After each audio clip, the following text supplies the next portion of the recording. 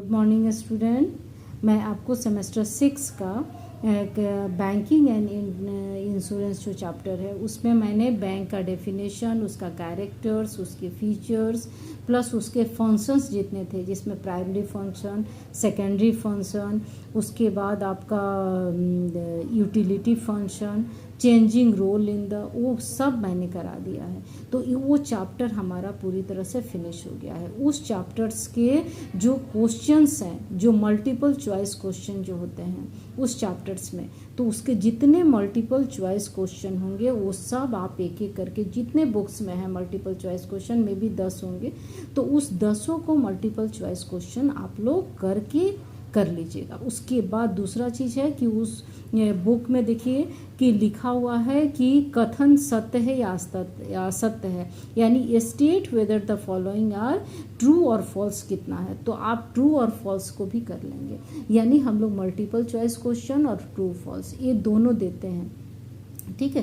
तो ये दोनों आप करके उस चैप्टर को हमारा फिनिश हो गया। आज हम सेकंड चैप्टर शुरू कर रहे हैं जिसमें लिखा हुआ है कि बैंकों का वर्गीकरण एवं महत्व, यानी classification and importance of bank. किस किस तरह के बैंक्स होते हैं, क्या क्या बैंक्स हमारे क्या क्या काम करते हैं, ये सब तरह के बैंक्स के बारे में आपको थोड़ी थोड़ी जानकारी दे देते हैं। हालांकि कभी पूछता है, उतनी इम्पोर्टेंस ये वाला एग्जाम के पर्पस से नहीं है, लेकिन चूंकि हमको जानकारी होनी चाहिए कि हम जब बैंकिंग ही इंश्योरेंस पढ़ रहे हैं तो बैंक का क्या क्या जानकारी है। देखिए इसमें सबसे पहला कहता है कि रिजर्व बैंक ऑफ इंडिया, यानी रिजर्व बैंक ऑफ इंडिया क्या है। Reserve bank of India Bharat का केंद्रीय बैंक है, इसे बैंकों का बैंक कहा जाता है। कभी कभी ट्रू फॉल्स में आता है, फिल इन द ब्लैंक्स में आता है, मल्टीपल चॉइस में आता है, तो इस दृष्टि से ये जानना जरूरी है।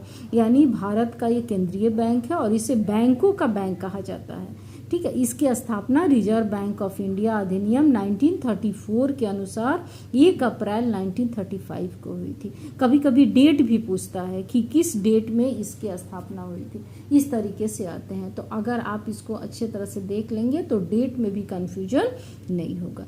तो ये जो है सो आपका सबसे पहला रिजर्व बैंक ऑफ इंडिया आता है कि रिजर्व बैंक ऑफ इंडिया जो है सो बैंकों का बैंक कहा जाता है।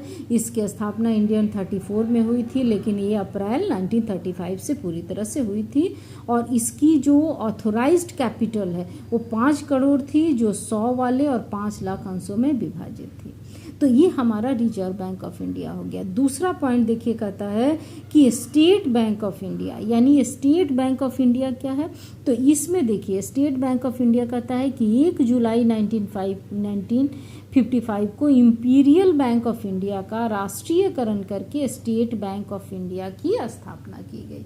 इस तरीके से भी मल्टीपल चॉइस में क्वेश्चन आते हैं कि स्टेट बैंक ऑफ इंडिया या इंपीरियल बैंक को किस बैंक में ही मिलाया गया है। तो ये आप देख सकते हैं कि इसमें इंपीरियल बैंक का राष्ट्रीयकरण किस तरह से किया गया है। बाद में इसका जो है बैंकिंग संबंधी अलावा रिजर्व बैंक के एजेंट के रूप में भी ये कार्य करता है, यानी जो बैंक ऑफ इंडिया है वो रिजर्व बैंक के एजेंट के रूप में भी काम करता है। किस तरीके से एक एजेंट करते हैं उस तरीके से ये काम करता है। इसकी अधिकृत जो पूंजी होती है वो आपका 20 करोड़ थी, जो 100 और 20 लाख में विभाजित थी। तो ये हमारा दो जो है so main, reserve bank of India तो बैंकों का बैंक कहा जाता है, उसको तो कहना ही नहीं है। और दूसरा हो गया स्टेट बैंक ऑफ इंडिया।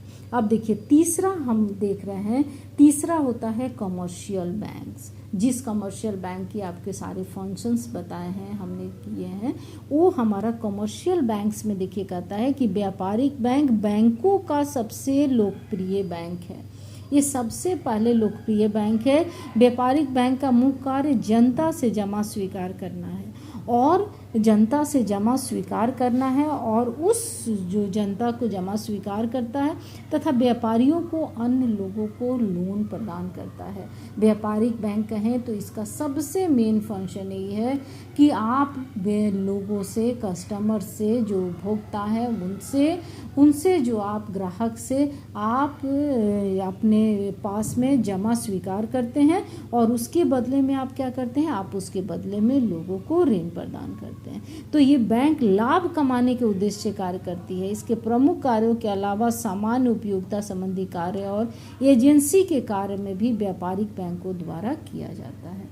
यानी जो सामान्य उपयोगिता का कार्य है और जो एजेंट के रूप में काम करती है, वो सारे काम जो है सो बैंक जो है सो लाभ कमाने के उद्देश्य से करती है। तो लाभ कमाने के उद्देश्य से क्या हुआ, व्यापारिक बैंकों की स्थापना हुई। व्यापारिक बैंक अपने ग्राहकों की बचत को रखते हैं तथा उनको ऋण प्रदान करते हैं, उनके एजेंट के रूप में काम करते हैं, उनकी जो लॉकर की फैसिलिटी देते हैं।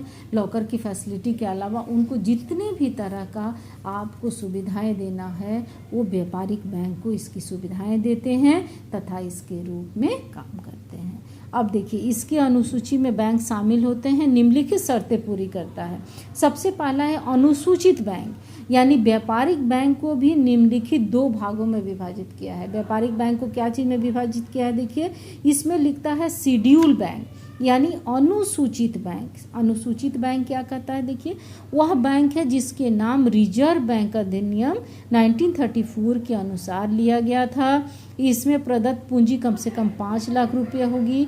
भारतीय रिजर्व बैंक को इस बात की संतुष्टि हो कि बैंक का कोई भी कार्यकलाप जमाकर्ताओं के लिए हानिकारक नहीं होता है, यानी जमाकर्ताओं के लिए इसका नहीं होता। तो ये मैंने आज क्लासिफिकेशन में आपको ये करा दिए। आगे और इस दूसरे वीडियो में इसको और विस्तार से मैं आपको बताएंगी। Okay, thank you.